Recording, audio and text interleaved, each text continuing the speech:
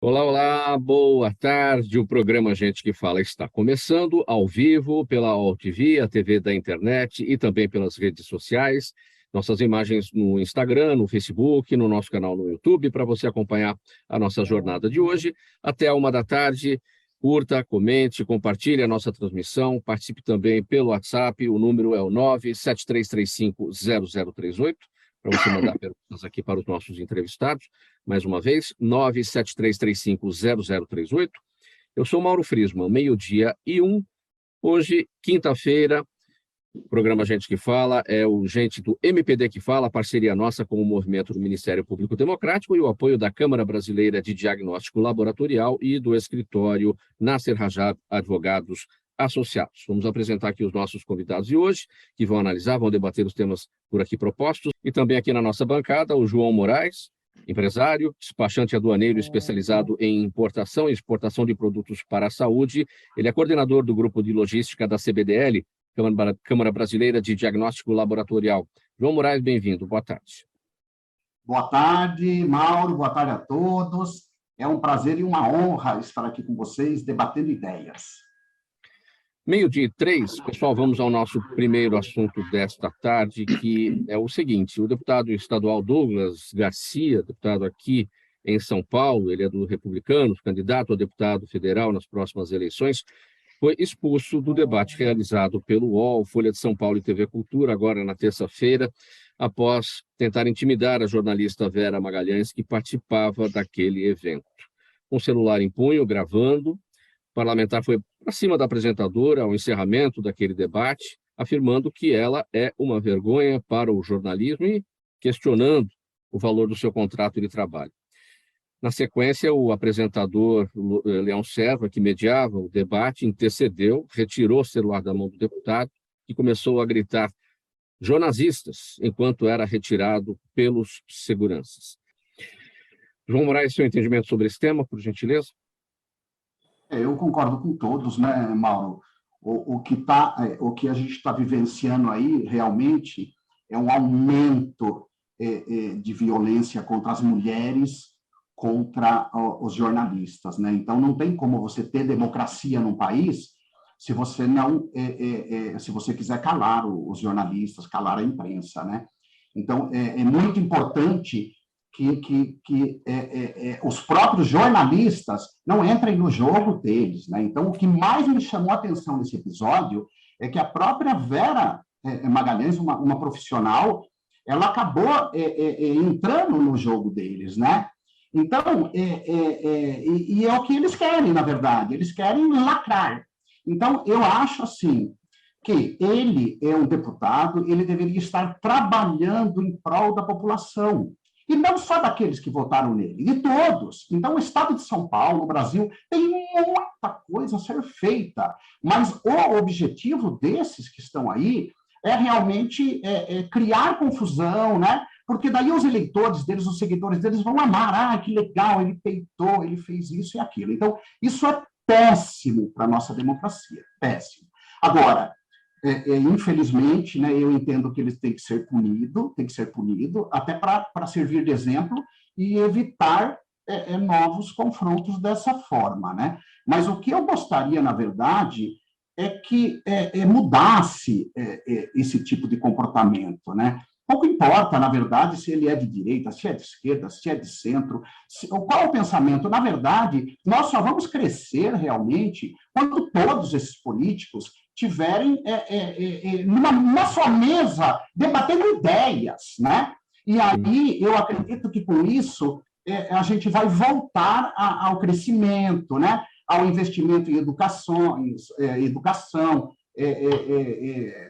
voltar aí aos trilhos, né? O investimento em pesquisa científica, né? Então, o meu desejo, na verdade, não é vê-lo punido. Né? O meu desejo, na verdade, é que ele repense a atitude dele junto com outros deputados, né? Outros políticos. Né? Então, essa é a minha visão disso tudo. Não adianta, faz, pune e aquilo fica por aquilo. Né? Então, na verdade, o que precisamos, nesse momento, é que tenha um entendimento de todos os políticos, aí, independente de partido, né? O assunto é, em seu discurso na posse da ministra Rosa Weber, como presidente do Supremo Tribunal Federal, o Procurador-Geral da República, Augusto Aras, se manifestou sobre as mobilizações do 7 de setembro, quando apoiadores do presidente foram às ruas em várias cidades do país. Para Augusto Aras, o Dia da Independência foi pacífico e ordeiro. O PGR ainda salientou que a crença em eleições tranquilas e institucionais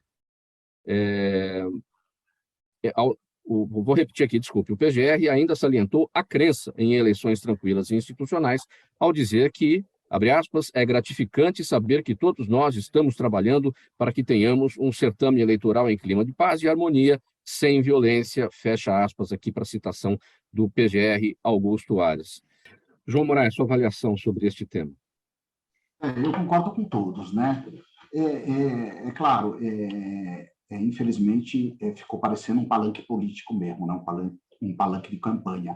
Mas temos que comemorar mesmo que não tivemos episódios de violência. Então, chegamos ao ponto de, puxa, não morreu ninguém, não teve nenhum disparo, já é um motivo, uma vitória, né? Então, eu confesso que eu estava bastante preocupado com a violência nesse dia, né?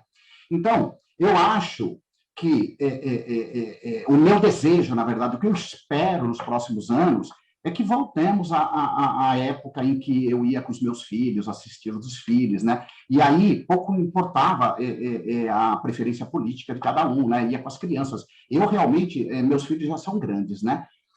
Mas se eu tivesse filho pequeno, eu não levaria. Neste ano, eu não teria saído com eles para ver o desfile, né? Infelizmente, né? Então, é aquilo, né? Deixa de volta. Na verdade, é uma festa de todos os brasileiros, não é de um de direita, de esquerda, de centro, é de todos os brasileiros, é a comemoração da independência, né? Então, eu acho assim, eu quero de volta levar meus filhos, eu adorava, né? Então, é o que eu espero nos próximos anos. O Parlamento Europeu aprovou na terça-feira, pela primeira vez, uma resolução que estabelece que um regime de sanções comerciais seja aplicado contra o Brasil por conta do desmatamento.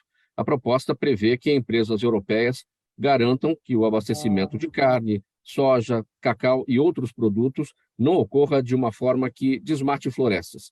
Para que o projeto entre em vigor, ainda precisa ser aprovado por cada um dos 27 países membros da União Europeia, mas o passo no Parlamento Europeu foi considerado como histórico. João, para a sua análise sobre esse aspecto levantado pelo Dr. Nasser, da questão da diplomacia, né, que nos últimos anos aí perdeu muita força e não tem a devida condição aí de entrar em campo para fazer as negociações lá com os europeus. Como é que a gente fica? Eu concordo plenamente com o Dr. Nasser, né? O que acontece também não é só que perdemos também essa questão diplomática, né? O que acontece é aquilo que você falou, Mauro, não estamos fazendo a lição de casa, né? Então, eu li uma reportagem da jornalista Miriam Leitão, e ela cita que, segundo dados, 95% do desmatamento na Amazônia é ilegal. Então, como que a gente vai ter voz para discutir um embargo ou um protecionismo se a gente não mudar esse cenário, né? Então, no meu entendimento, claro, eu não sou especialista em agro, não sou especialista em ambiental também, mas eu acho que temos que mostrar ao mundo, primeiro, que o Brasil realmente tem políticas de reflorestamento, tem políticas para combater o desmatamento ilegal, pelo menos. Porque, veja, nessa sanção, ele nem fala do legal ou ilegal, ele fala de desmatamento, mas nós temos o desmatamento legal que é permitido. Então, é isso que preocupa um pouco mais. Então, o que eu penso que a gente, quando você não tem uma relação diplomática boa, quando você não tem uma política forte de combate, pelo menos ao desmatamento ilegal, você fica realmente desamparado nessas negociações, né? Então, aí, claro, o protecionismo, alguma coisa pode entrar nisso, né? Não esquecendo também, outro aspecto que o Dr. Nasser falou é a respeito da importância do agronegócio, né? Então, pelo que eu procurei, ele representa muito na nossa balança comercial nas exportações, né? Então, a ideia toda temos uma preocupação muito grande nesse relacionamento comercial, né?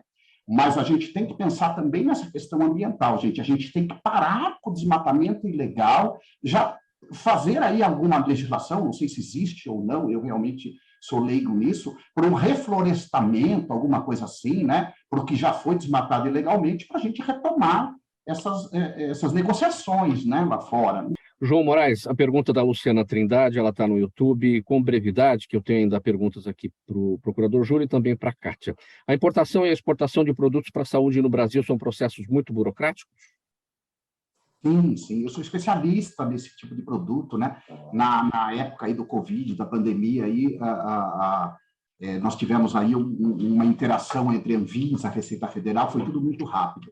Mas, na verdade, o produto, existem regras muito específicas para importação, não tanto para exportação, mas para importação de produtos para a saúde. Tem que ter registro, LI, bem complexo.